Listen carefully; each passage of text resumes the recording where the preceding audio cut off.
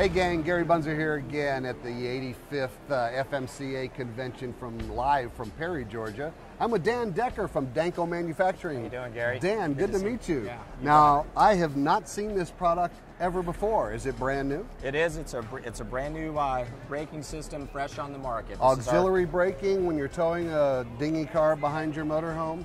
Yes, sir. You want that to stop right, don't you? That's right. So how important is auxiliary braking?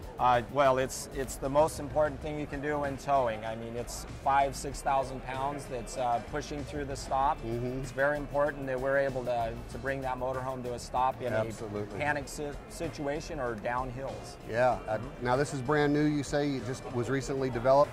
I can't believe how small this device is. Tell me a little bit about it. Yeah, that was the thrust of what we wanted to achieve with our braking system, was to build a portable system with all the efficiencies to make it proportional in a package that is this small. Now, true proportional braking has been bantered around a lot for years, and in my writing I always like to talk about accurate true proportional braking. What is the difference and how does this fit into that mold? Well, you know, a lot of it's about technology. The things that are out there today that we can do to make these truly proportional, the technology is here.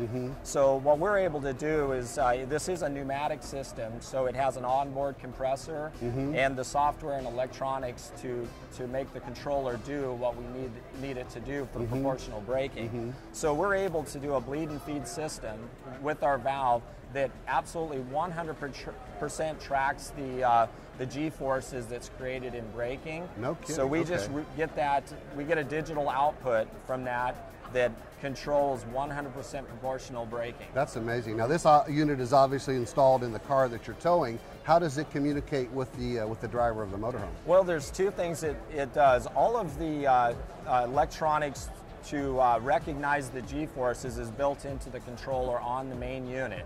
So what this does is the electronics here measures with an accelerometer the G-forces created. But from here we also have a transceiver that's mounted up into the cigarette lighter of the RV. And what this does is it receives information and transmits information to the main unit. Gotcha. So the advantage of that is not only do you know when it's braking and how hard it's braking, so you can see the proportional graph on the readout on the portable unit, but you can also make all the changes to the main housing on the fly from the RV. No kidding, that's great. So it's actually very user-friendly.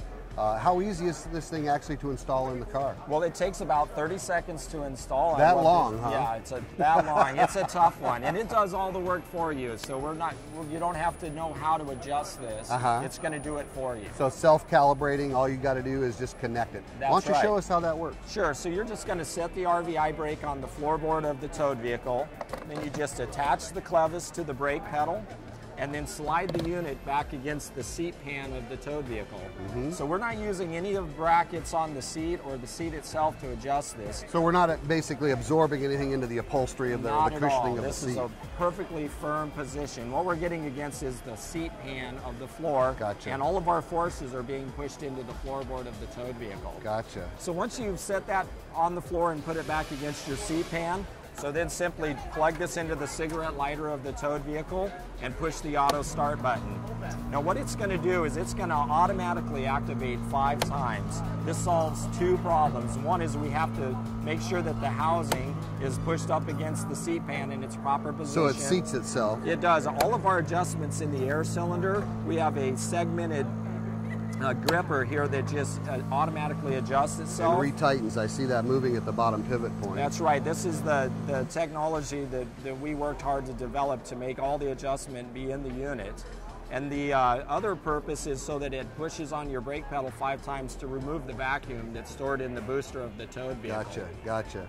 Now once the vacuum has been removed and this has put itself in the proper position, there's only 2 things that need to be adjusted by the user. One is the sensitivity settings. There's a low, medium, and high. And this is for how hard you have to brake to make it come on. And that's just preference. Right. Everyone will be different.